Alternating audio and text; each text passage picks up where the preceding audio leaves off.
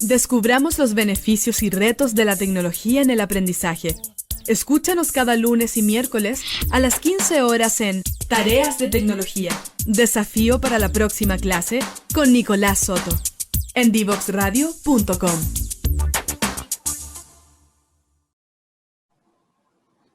Bueno, retomamos la entrevista con Rodolfo y nos quedó una parte pequeña de la última pregunta pendiente. ¿Cuántos abogados tiene Mercado Libre?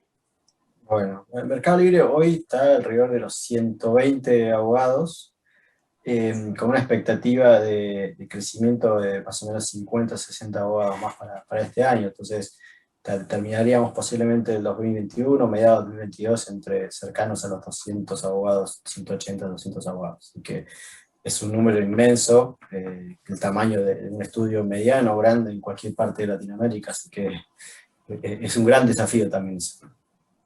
Oye, ¿cómo se relacionan, Rodolfo, continuando un poco con el tema anterior, cómo se relacionan con otros países? ¿Cuáles son las principales tendencias? ¿Cuál es la tecnología? Quiero que nos vayamos a hablar de tecnología en las operaciones legales. Y tienes Sí. desafíos ¿cómo se llama? Desafíos de barreras transnacionales, regulatorios, temas de cultura, temas de idiomas. ¿Cuáles para ti crees que son o han sido los principales desafíos? Y háblame un poco de cómo la tecnología les ha ayudado a poder asumir o enfrentar todo este crecimiento sin necesariamente que tener que crecer con personas. Cuéntanos cómo, y para un abogado creo que, sobre todo los que nos escuchan, va a ser sumamente interesante entender cómo la introducción de tecnología está en tu día a día. Sí.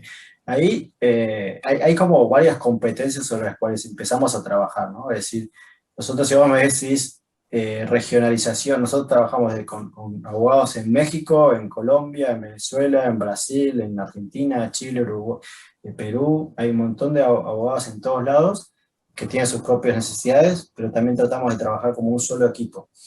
Y tratamos de que todo el conocimiento se vaya generando a lo largo de distintos países. Por ejemplo, si nace una iniciativa en Argentina, que después se va a ir replicando en Brasil, en Colombia, en México, en distintos lugares, esa misma información, ese mismo análisis, esos mismos documentos se puedan aprovechar en otros países. Eso habla de estandarización, habla de escalabilidad, capacidad de escalar rápidamente con esto.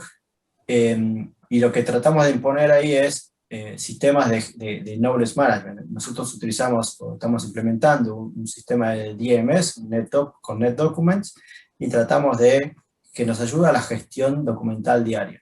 Un DMS, yo te diré que para mí es una de las principales herramientas que un estudio y un departamento de abogados debería, de legales de una empresa debería tener o pensar en tener, porque es donde uno concentra todos sus documentos, todos sus mails, toda su información, para que pueda ser fácilmente accesible a esto. Entonces, dentro de la tecnología, te diré, esa es una de las grandes herramientas que ayuda a la gestión del conocimiento.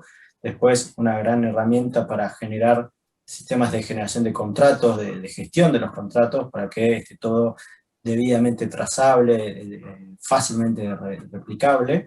Esa es otra gran tecnología, pero una de las que más nos ha traído beneficios y nos ha sorprendido es una muy sencilla, que es la automatización a través de RPA, ¿no? de robots, de softwares que automatizan tareas de humanos.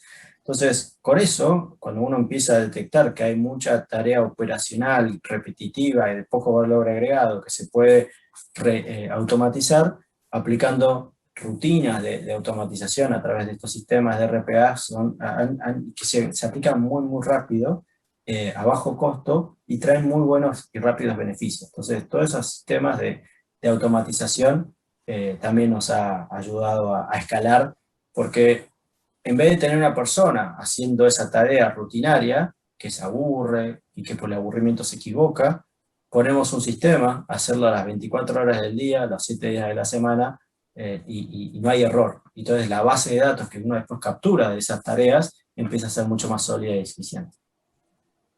Rodolfo, y en materia de privacidad, el comercio electrónico, yo creo que uno de los principales desafíos tiene que ver con privacidad. ¿Cómo lo hacen ustedes en Mercado Libre? ¿Ocupan alguna Hay un área, herramienta? No, hay un área específica de privacidad, de data privacy, a cargo de Pablo Segura, que plantea una estrategia regional.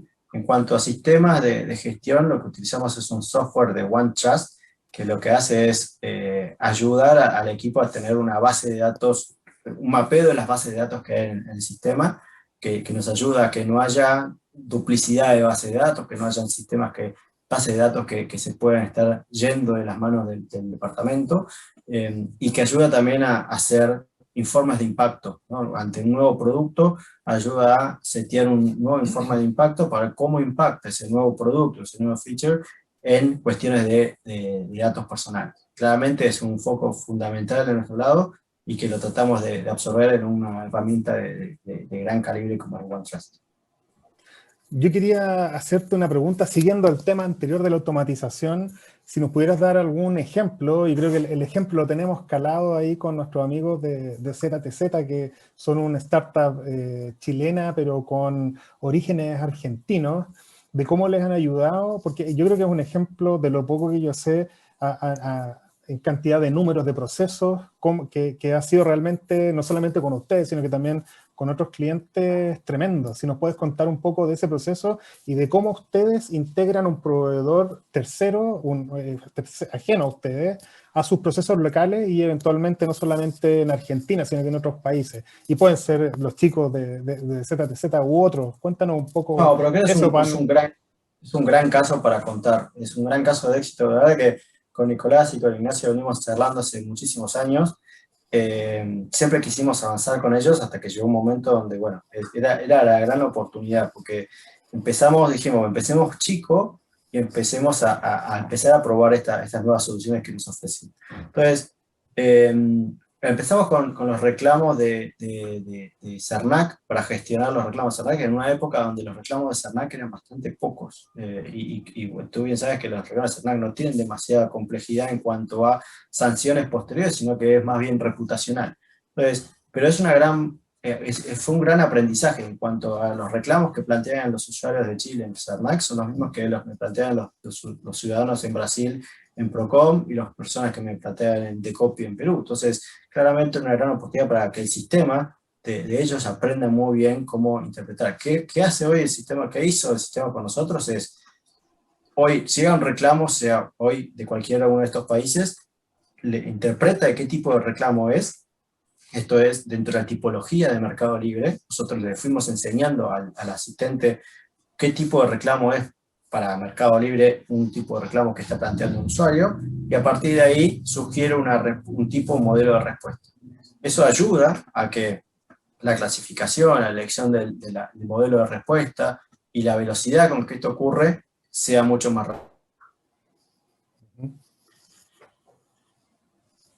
Ahí se nos quedó de nuevo en la mitad de la respuesta, Rodolfo.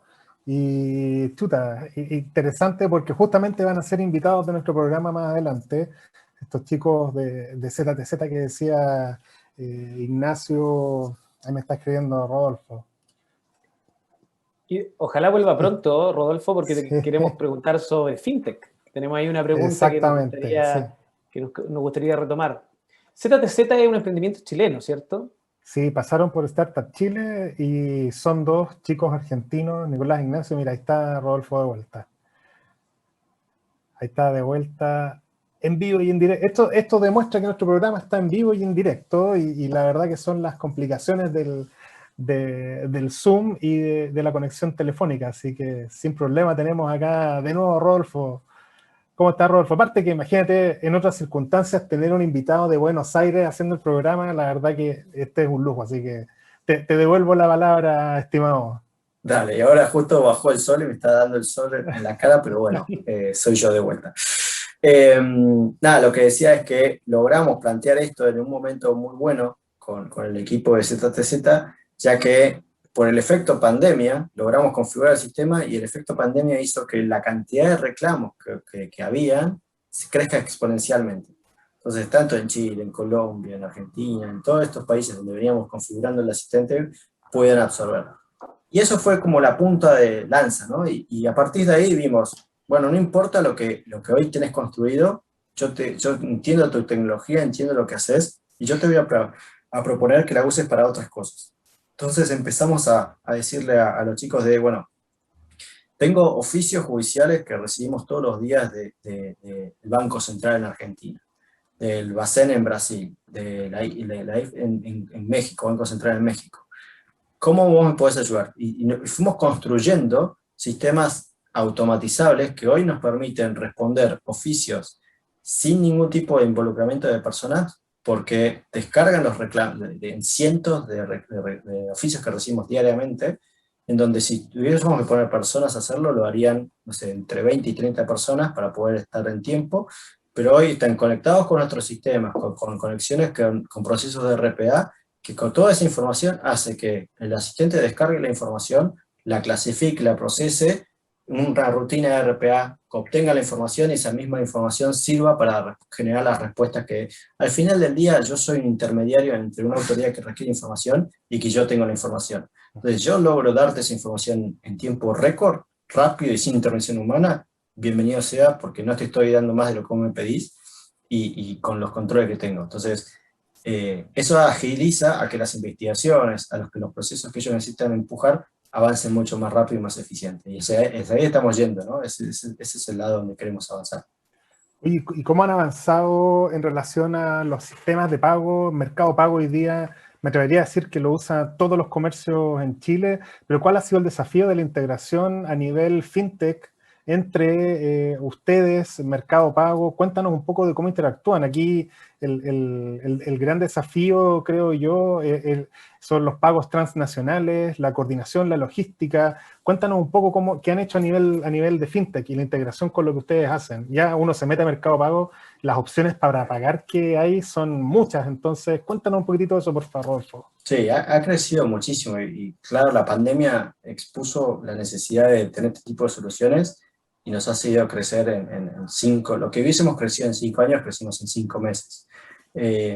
Íbamos hacia ese camino, ¿no? Entonces ha sido fantástico la posibilidad porque una cosa es que te agarre la pandemia y la necesidad de la ciudadanía de tener estos medios de pago, otra cosa es que lo puedas hacer. Ha habido un equipo súper profesional que ha logrado y tenía una hoja de ruta para ese sentido, lo único que tuve que hacer es acelerar el camino y por suerte lo han hecho muy bien. Obviamente de la mano de eso viene un montón, que lo que nos pega a nosotros, de regulaciones, en donde uno empieza a estar dentro de la órbita de los bancos centrales y requiere este tipo de, no sé, de la noche a la mañana recibir requerimientos de información que tienen que gestionar operacionalmente de esta información, hacer compliance con un montón de normativas. Bueno, es ahí donde tratamos de ayudar a los equipos legales a que esas informaciones y esas regulaciones ocurran y esos asesoramientos ocurran de la mejor manera posible. Rodolfo, ¿y cuál es el gran desafío que se viene ahora para Mercado Libre? Y eso implica obviamente también a tu área. Sí, dentro de mi área te diré que nosotros lo que queremos es, venimos muy bien, queremos seguir avanzando en cuestiones relacionadas a gestión de los gastos, pero también avanzar en cuestiones también sofisticadas como cómo logramos que la inteligencia artificial también nos ayude a ser más eficientes. Estamos con varios proyectos de inteligencia artificial para predecir, hay como 3 niveles. Uno donde estamos configurando ya una etapa bastante avanzada, un asistente legal dentro del mundo del workplace que nos ayuda a abarcar ese cúmulo de preguntas y respuestas típicas que normalmente recibimos diariamente, ¿no? Uno todos los días recibe preguntas básicas que lo que hace es desenfocarme de lo estratégico que estaba haciendo y lo que trato con un chatbot es poder eliminar esa consulta directa al abogado para tener un asistente virtual 24 horas al día. Eso por un lado, y lo que queremos es robustecerlo, darle más músculo al asistente para que pueda abarcar mayor cantidad de consultas que puedan los clientes internos hacerle al asistente. Y todo lo que no sepa, no es que va a inventar una pregunta, sino que lo va a derivar a una persona que sea la especialista, y con esa información volverá retroalimentar al chatbot para poder seguir creciendo en esto. Es un asistente conversacional de inteligencia artificial, claramente. Ahora, también queremos generar un modelo predictivo en donde podamos entender a cada tipo de reclamo que nos llega, con la base histórica de resultados que hemos tenido en el pasado, cómo podemos llegar a salir en el futuro. No es ciencia nuclear, sino que es aprovechamiento de la información que tenés disponible, pero a una velocidad muy rápida, y que una persona sería muy trabajoso de hacer. Claramente uno cuando recibe un reclamo judicial, lo que trata es buscar los precedentes pasados, saber qué juzgado cayó, cómo me fue en otros lugares, invocar estas cuestiones y tratar de decidir si lo concilio, lo acuerdo o lo litigo. Y si lo litigo, cuál va a ser la estructura de contestación de demanda que vamos a presentar. Entonces, toda esa información, todo ese análisis, que te lo haga, ese informe predictivo que te daría el asistente de inteligencia artificial, buscamos que lo hagamos de una manera más eficiente, más que una persona dedicándole posiblemente un día y medio, 2 días o más, para hacer todo ese análisis, que le va a ayudar muchísimo, pero que lo tenga en cuestión de segundos. Y finalmente un proyecto también que busca que aquellos reclamos de que sea una etapa anterior dentro del usuario, si tiene sentido o no rechazarle el reclamo que está haciendo dentro del área de atención al cliente. Y ahí, Rodolfo, ¿esa tecnología la están desarrollando con capacidades internas? Porque, por ejemplo, IBM, si no recuerdo, estuvo desarrollando algunos componentes legales de inteligencia artificial, pero estos software que son más para las necesidades de Mercado Libre, ¿están hechos con capacidades internas también? No, muchos son con proveedores. La verdad que somos una empresa que tenemos miles de desarrolladores de IT, pero en legales no tenemos ni uno. Entonces, lo terminamos haciendo mucho con proveedores externos, como ZTZ, como otros proveedores que utilizamos para hacer estos desarrollos, que planteamos desde el área legales, y como no tenemos recursos internos, lo terminamos tercerizando con equipos externos, pero que son una necesidad, y tiene su lógica. La verdad es que los desarrolladores de Meli tienen que estar enfocados en mejorar el producto, no en darnos soporte a nosotros. Entonces está bien hacerlo así. Oye, Rodolfo, y a nosotros nos escuchan muchos emprendedores y que están hoy día resolviendo desafíos para muchas industrias. ¿Cuáles son los dolores de cabeza que tiene Meli hoy día y los dolores de cabeza que tiene Rodolfo en el área de Legal Ops, como para que tú de alguna forma mandes este aviso y los próximos ZTZ digan, oye, yo te voy a resolver este problema? ¿Cuáles son tus dolores de cabeza, parte, digamos, de los típicos del día a día? Yo te diré que hay muchos caminos para avanzar en lo que es gestión de gastos legales. No la gestión, sino en el análisis que uno puede llegar a hacer sobre una necesidad que uno tiene. Entonces, hay mucha necesidad de poder analizar la información que tiene y tomar decisiones en función de eso y encontrar grandes beneficios a través de esto. A su vez también hay mucho, vuelvo con los Legal Analytics, de contratos. Sobre contratos hay mucha información que está dando vueltas y que podríamos mejorar para poder hacer todo esto. Esto está atado a cuestiones de gestión del riesgo y la prevención. Entonces, todo lo que surja a raíz de prevención, sea para reclamos legales, sea para identificación de potenciales problemas que un contrato, que se firman miles y miles todos los días, puedan llegar a generar un futuro, o regulaciones que están dando vueltas, temas de compliance, también son grandes necesidades que cualquier departamento puede llegar a tener. Oye, yo voy a hacer una pregunta antes de darle la última a Fernando. Los fundadores de Mercado Libre son de los VCs más famosos hoy día, tremendo financiamiento. Kasek creo que está hoy día rompiéndola. ¿Cuál es el rol de Mercado Libre también eventualmente invirtiendo en startups como corporate venture? ¿O solamente eso ya es por fuera, por el lado de los fundadores? ¿Hay algo de eso en Meli aún dentro? Ocurre, sí, y hace varios años ya ocurre. Hay un proyecto de Meli invierte muchísimo en startups, hay fondos destinados solamente para eso. Y tiene una gran cartera de startups sobre las cuales invierte. Hay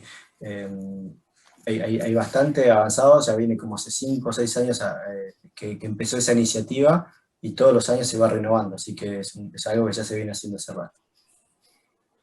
Tengo la última pregunta de la jornada de hoy, y me gustaría saber cuál es el gran desafío. Yo sé que ya te declaraste desde un par de años ya no como abogado, sin embargo, te vinculas con abogados todos los días.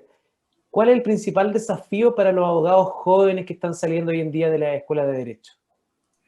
Yo creo que tratar de ver las formas de no conformarse con lo que uno tiene, ¿no? Tratar de no solamente ver cuestiones de leyes, sino cuestiones de programación, cuestiones de finanzas, cuestiones de análisis de datos, Creo que ese es abrir un poco la cabeza a lo que te da la formación clásica de un abogado y tratar de ver gestión de proyectos, que es fundamental. Hagas o no operaciones legales, uno se va a encontrar con gestión de proyectos, tener que entender los procesos, aun cuando ustedes estén haciendo un contrato, un negocio, cualquier asesoramiento, uno lo va a entender mejor si lo ve esquematizado como un proyecto, que tiene un inicio, un fin, y tiene distintas etapas en el medio. Y hay mucha gente de tu compañía que va a interactuar. Si uno lo ve de esa manera, lo va a poder gestionar mucho mejor. Bueno, Perfecto. muchísimas gracias. Oye, yo tengo el gusto de agradecerte en nombre propio de nuestro programa, Rodolfo. Un lujo tenerte acá. Qué bueno saber que estás bien y contento, me imagino, con, como decía yo, para los más futboleros, por el triunfazo que se mandaron este sábado. Te envío un abrazo gigante, te agradezco. Esperamos tenerte, ojalá, en el futuro nuevamente acá. Y ciertamente a nuestros auditores los dejamos con una pausa musical. Y volvemos ya para darle cierre a este programa. Desde ya, Rodolfo, mil gracias por estar acá con nosotros, por tu paciencia, por tu buena onda. Mucho éxito. Muchísimas gracias a ustedes. Muy bien. No te quedes fuera. Conversaciones de futuro para Latinoamérica. Cada martes y jueves a las 9 de la mañana en LATAM 2050 con Ángel Morales. Somos Divoxradio.com.